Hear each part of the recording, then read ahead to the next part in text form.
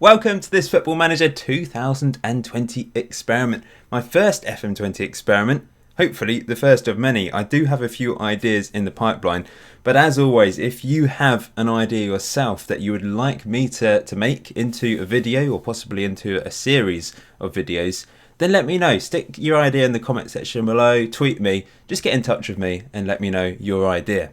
So as you should have gathered from the video title, this experiment involves Man City and Liverpool. I've tried to weaken both clubs in quite a unique way. I've never done this before.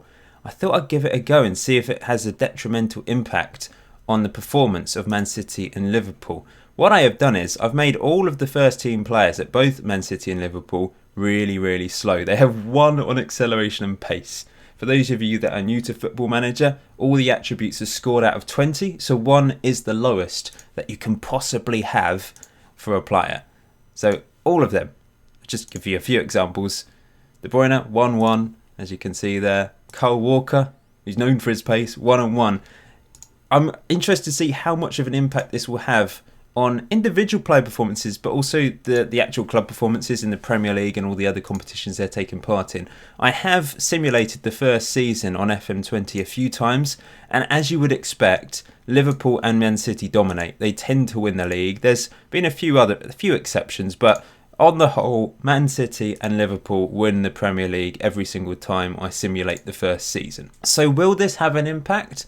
They still have very good technical attributes and mental attributes. They're still quality players, but I noticed as I was reducing all of the players' pace from 17-18 down to 1, it did have an impact on their current ability. I used the in-game editor to do this. I've frozen all the attributes, so they'll be frozen for the entire season, and the plan is to holiday to the end of the first season and see what happens. Now I will be showing the Community Shield between these two teams because I think it might be quite funny to see how slow the players are.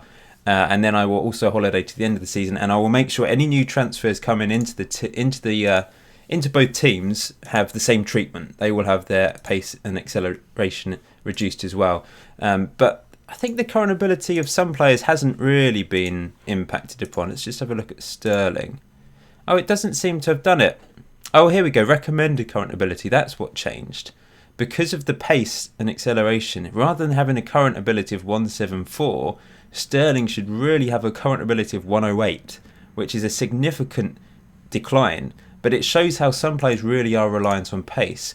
My hypothesis is it will have more of an impact on Liverpool than Man City, because I think Liverpool like to hit teams on the break. They have real pace about them. Obviously Man City do as well, but I think they're a bit better at keeping possession. I might be completely wrong, but that's just what I'm thinking at this stage is going to happen when we holiday one season. But anyway, I'm going to show you the Community Shield to start with, and then after that we will holiday into the future. So welcome to the Community Shield. It's going to be the slowest Community Shield ever. I can't imagine there'll be a huge number of highlights. As you can see there, Man City have made the signing of Savic, and I have changed his pace and acceleration down to 1. But just to prove that every player is down to 1, I'm just showing a few for you. And we'll get underway. And I've put the kilometres run thingy into the stats on the left hand side. I'll stick it on key highlights, and I'm not gonna I always have the slider up on the slightly faster one. If it was on medium, that would be excruciating to watch. I mean, it's excruciating to watch at the best of times, but with this pace and acceleration it would be awful. And there's Trent Alexander-Arnold. It's kind of like they're running in quicksand a bit. They don't look as slow as I thought they would. But I guess if I slowed down the speed, then they'd obviously look obscenely slow. But yeah, I imagine goals would be scored from set pieces, possibly. We'll find out. Well, unsurprisingly, that was the most boring half of football ever. There was literally no highlights. I know I've got it on key highlights, but still. Here's a bit of analysis for you. Man City exposing the right-hand side, or trying to. It's not really happening for either team, I suppose, but that's predictable. Here's the distance covered, so they're still running a fair amount, as you can see there. Even though they're slow, they're still running around the pitch, but it's probably just at slightly above walking pace.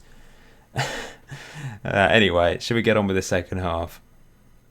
Oh, actually, we'll just quickly look at this. The possession is much higher for Man City. That's what I expected. That's what I predicted. Liverpool trying to hit Man City on the break, but at snail's pace. It's not really working. We have a highlight at last, and it was just a lump up the pitch, which I don't know why they're doing that. You need to keep possession, guys, to actually score, because hitting it over the top is just not going to work, surely. But maybe this is an opportunity for... No, it's not. I know Community Shields aren't usually the most exciting game ever, but this really is awful. Look at the stats. And look, I mean, just the highlights. Oh, well, one-on-one saved by Bravo in a very interesting goalkeeper kit, I must say. Green and yellow. It's very Norwich City, isn't it? Liverpool have a corner. It's whipped in, headed away, and maybe Kevin De Bruyne can start a counter here. Just sluggishly making his way up the pitch and winning a free kick. A corner, and a very slow run there from Lallana, and he crosses the corner in, and it's headed in by Firmino. Apparently, I think Virgil van Dijk was involved. He gets the assist, but this is what I'm expecting. I think there'll be quite a few goals scored from set pieces for both teams this season, because that's what they need to rely on. We've got a highlight straight away, so maybe Man City will be able to fight their way back into it. The second half's come alive a bit, but it's still pretty awful, and look at them go. Look at them trying to run around. Yeah, like I said, it's not. They don't look really, really slow, even though they've all got one. But it's not great. It's not great viewing. Is this actually going to be an opportunity for anyone? We'll find out in a second, I suppose. Liverpool passing it around, going for sort of fairly long passes, keeping possession though. And that's a great ball through. It's another one-on-one, and it's another one saved by Bravo. Can Liverpool make it two? Whipped in, knocked away fairly comfortably. Maybe a long shot opportunity here. Passing it around, they're just not going anywhere. Come on. Terrible. But they've got a free kick straight away. Whipped all the way across, headed away. And Firmino's after it. Turns, puts it out wide. Are we going to see another goal? Any excitement? Oh, back post, another one-on-one missed. Man City with a chance to equalise at the death. It's crossed in. Oh, almost. I think Liverpool probably deserve it for their second half performance, but it really was a poor game. We've seen lots of corners, not really any running because the players can't run. And Liverpool have won the Community Shield. Let's have a quick look at the analysis then. So Man City, certainly more possession. As you can see, their heat map is a lot stronger. Liverpool did focus down the right-hand side with Trent Alexander-Arnold, I suppose. But it didn't. Obviously, they won, but from open play, they didn't really do anything. And although they can't run, the players did actually run around quite a bit, or they covered a lot of ground anyway, as you can see there. But yeah, pretty awful. Man City with more possession, Liverpool with better average ratings, but the kilometres run is exactly the same, which is quite strange, but maybe not surprising. So I've holidayed until the 31st of December 2019. So it's just before the January transfer window. Any players that come into Man City and Liverpool, I will of course change their pace and acceleration to 1. But as you can see, this experiment's definitely had an impact. Not a crazy impact. Both teams are fine. They're not in the relegation zone. But it certainly had more of an impact on Liverpool than Man City. Liverpool down in 11th after 19 games. Man City after 20 games up in 5th place on 35 points. Only losing 3 games in the league. Pep is still in charge. And Aguero's actually having quite a good season. He's got 12 in all competitions, as you can see there, despite having no pace and acceleration. He's able to rely on his other attributes as a striker, I suppose. Let's just look at the average rating. So Bernardo Silva having a good season. Now I think, yeah, he's got some pace, but he doesn't rely on it, does he? Quite the same way as maybe someone like Sterling. But Sterling's done all right, 9 goals. So yeah, a lot of the players seem to be having good seasons despite their lack of pace and acceleration. But they're not top of the table. They're not in the top 2 even. As you can see in recent times, they haven't actually won since 7th of December, 3-1 defeat, 0-0, 2-1 defeat, 1-1, 1-1, 2-2. So, yeah, it's definitely having its toll. They got off to a good start. They were unbeaten for quite a few games until they were defeated by Bournemouth, in fact.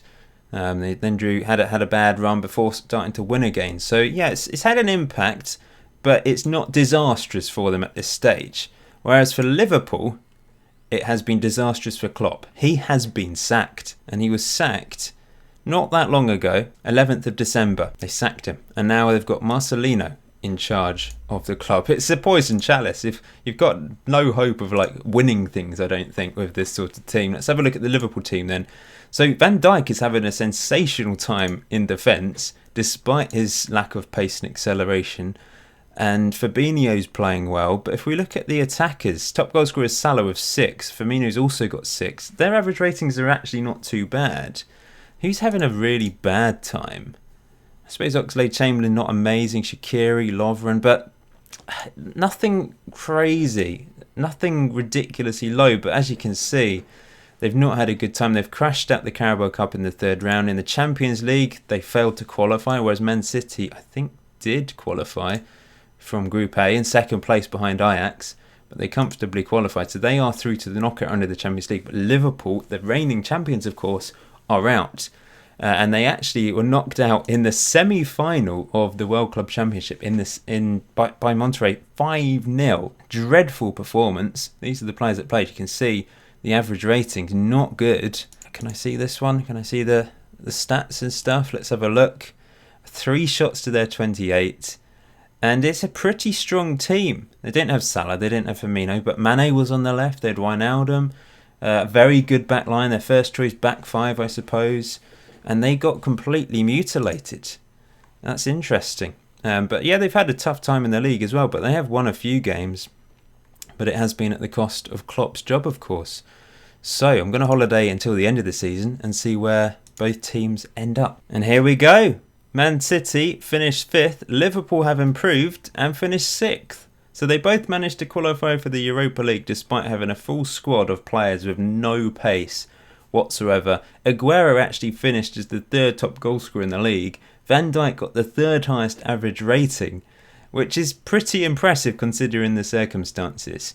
So I'm just going to have a look at a few stats and that sort of thing. But before I do, if you guys want me to holiday further into the future, and I'll continue to do the same thing, any new players coming in, I will set their pace and acceleration to 1, and we'll maybe holiday a few years. Let me know. Let me know if you want me to do that by hitting the like button. If this video gets a fair number of likes, then I will do a part 2 when I holiday a little bit further into the future, do another season or 2, and see if it has an impact. But I suppose, in all likelihood, the same thing will happen.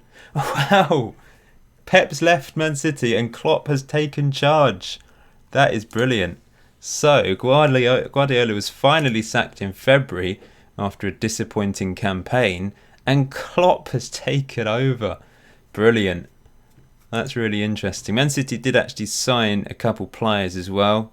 Christopher Ayer from Celtic for £37 million. We'll have a look at the player performances. Bernardo Silva finishes top of the average rating charts. Aguero, top goal scorer. Bernardo Silva had a really good season, actually, despite his lack of pace and acceleration. Assist-wise, David Silva. I mean, he's one player that I didn't think it would have a huge impact on. And, you know, he's created goals. He's got a good average rating. But in the grand scheme of things, it's still a disappointing season. And they did actually lose in the first knockout round. No, they got through the first knockout round of the Champions League against Shakhtar, but they were defeated by Inter in the quarter-final. So to get to that point, it's not bad. They had a pretty awful end to the season. Seems that both teams are drawing a lot of games, I've noticed. I mean, they drew the last 4 games. But to finish 5th, only 4 points behind Man United, despite having no pace and acceleration, is not bad. Liverpool finished above Everton as well, who still have Marcelino in charge. And he improved things, didn't he? You got to say, he did improve things. If we look at the results, there were 3 defeats in a row here. They lost in the FA Cup semi-final. Man City must have gone out an earlier stage in the end. They must have lost 5th round, possibly. 4th round. Oh, against Liverpool. Interesting. So Liverpool managed to win that one. Mane with a couple goals. Origi scored as well. It's such a slow fixture these days. And they also drew 0-0 against Man City. And in the league, in the other game, where are we? 4-1 win in the Cup. Where's the other league game? I can't find it. There it is. Oh, 2 0-0 draws against Man City. I mean, that's predictable, just because 2 really slow teams coming up against each other. I wonder if it's similar stats to the Community Shield. No, Man City, I think Liverpool was slightly better again. I suppose, yeah, possession-wise, it was more equal, though. Man City were much better in the Community Shield in terms of possession, I suppose. But yeah, I mean, are you surprised? Are you surprised they both managed to finish in the top 6? I'm not massively surprised. I think in real life, if all of the first team players at Liverpool and Man City lost all of their pace, they just wouldn't be up to the level of the Premier League. They might have the technical and mental ability, but I still think physically they would be murdered. They'd be overrun by everyone. You know, your assistant would be saying to the manager, we're getting overrun in the midfield every single second of every single match. That's what would happen. Let's have a look at the team statistics then. So, I mean, Man City and Liverpool, 5th and 6th highest number of goals scored in the league this year. They didn't have a massive problem scoring goals. Of course, it's probably about half of what they would usually manage. Let's be honest. Possession-wise, top 2. I suppose they may have adapted, and I mean, they both have good possession anyway, but they probably thought, we have the slowest players ever, we got to hold on to the ball, we can't ping balls down the line for our wing backs. It must have had a massive impact on Trent Alexander-Arnold and Robertson's style of play getting down the wings. Liverpool won the 2nd highest number of headers. Not really I don't think pace has an impact on that. What about cross completion? I mean, Liverpool are up there, aren't they? Top with the crosses completed. Man City 3rd. Passes completed, of course, Man City and Liverpool are top there. Pass completion rate, Liverpool top. Man City down in 4th. Distance covered. Will there be any Man City or Liverpool players? Oh, Robertson's on there. But I think he'd be all the way up here if he had his pace and acceleration. Average distance. Oh, Henderson, 2nd highest average distance covered, despite his terrible pace. I mean, that's not had an impact on how far they run. It's just how fast they run, I suppose. It's had an impact on, really. David Silva with the most assists in the league this year. Shots on target percentage, De Bruyne and Silva up there. Bernardo Silva up there as well. Fascinating. Well, there we go. Maybe not quite as fascinating as maybe you would have hoped. You were probably hoping that they'd both get relegated. But that is not the case. It's definitely had an impact, but it's not had a massive, massive impact. And it's pretty interesting that Klopp's moved to Man City and Liverpool now have a different manager. Perhaps if it was to continue for a long time, they'd eventually drop. But I think it would have to happen for a long, long time. Because at the moment, of course, they're still qualified for Europe. They'll get money for that. They get the TV money. It's not like it's going to have a huge impact on them financially. But I don't know. If you want me to holiday further into the future, then hit that like button. But I think we'll end it there. Thank you for watching this experiment. Until next time, enjoy FM20. Enjoy the rest of your day. I'll see you very soon.